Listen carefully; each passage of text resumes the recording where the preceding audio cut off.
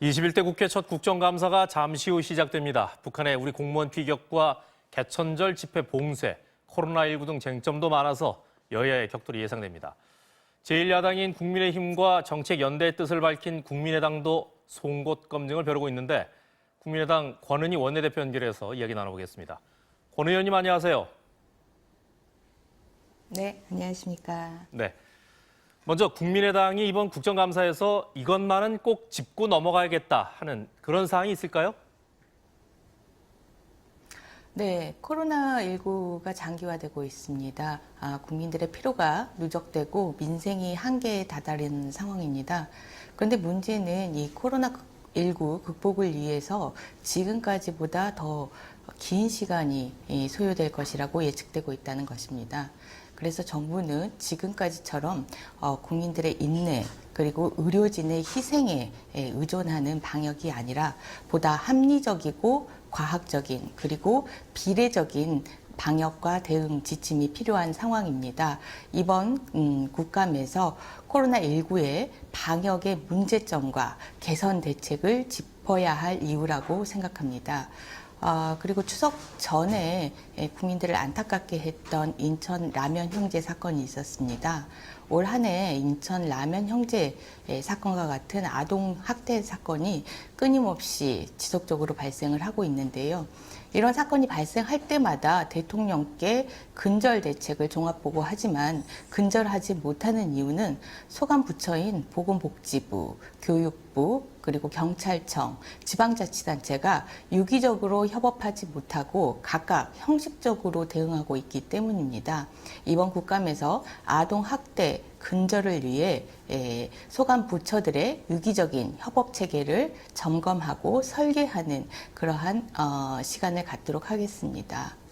또 올 한 해 라임 사태나 옵티머스 사태와 같은 사모펀드의 불안전 판매로 인해서 많은 분들이 피해를 당하셨는데요. 이 사모펀드의 편법적인 규제 완화로 이렇게 피해 규모가 커지게 되었습니다. 국감에서는 사모펀드의 편법적인 규제 완화의 문제점 을 살펴보고 제도 개선을 통해 향후에 이러한 금융사고가 재발되지 않도록 하겠습니다. 민주당과 국민의힘 두 당의 의석수만 277석, 총 의석수에서 90% 이상을 차지합니다. 반면에 국민의당은 모두 3석입니다.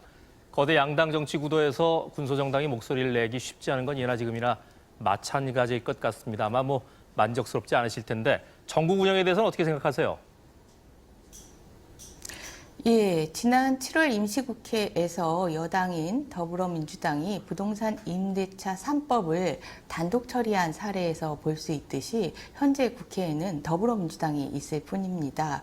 103석인 국민의힘이나 3석의 국민의당이나 모두 국회의 의사결정에서 배제되어 있는 상황입니다. 원래 국회는 교섭단체를 이룬 정당 간의 원내대표나 아니면 상임위 간사의 합의에 의해서 안건을 상정하고 토론하고 협의하고 또 합의해서 안건을 처리하는 관행이 있었습니다. 이런 관행을 통해서 야당이 의사결정에 참여하고 제 역할을 할 수 있도록 보장이 되었었는데요.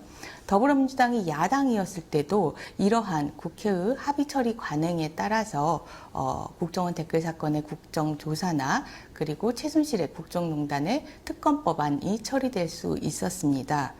그런데 지난 20대 국회 패스트트랙 이후 국회의 교섭단체 간 합의 처리 관행은 모두 깨져버렸습니다.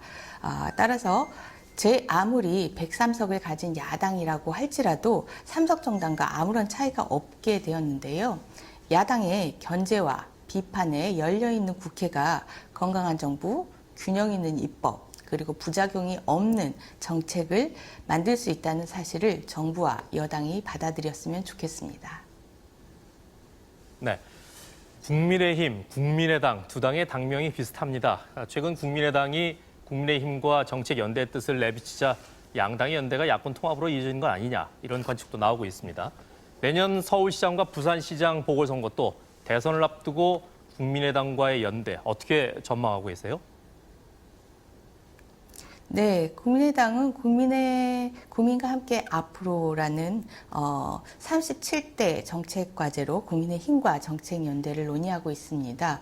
애초에는 국정감사 이전에 이 정책연대를 발표할 예정이었지만 국민의힘이 이 소속 의원들과 추가 논의할 사항이 있어서 연기된 상황입니다. 국민과 함께 앞으로 나아가기 위한 37대 정책과제는 국가개혁과 코로나19 사회변화에 대응하기 위한 과제들을 담고 있는데 정책연대를 통해 야권 혁신 또한 이끌어내는 역할을 하게 될 것으로 기대합니다. 야권으로서는 현재 연대나 통합보다는 야권의 혁신이 가장 중요한 숙제입니다. 야권 혁신 추후에 연대나 통합은 검토될 수 있는 문제라고 생각합니다.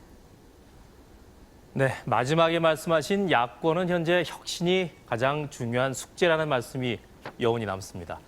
지금까지 21대 첫 국정감사를 앞두고 국민의당 권은희 원내대표와 얘기 나눠봤습니다. 오늘 말씀 고맙습니다. 네, 감사합니다.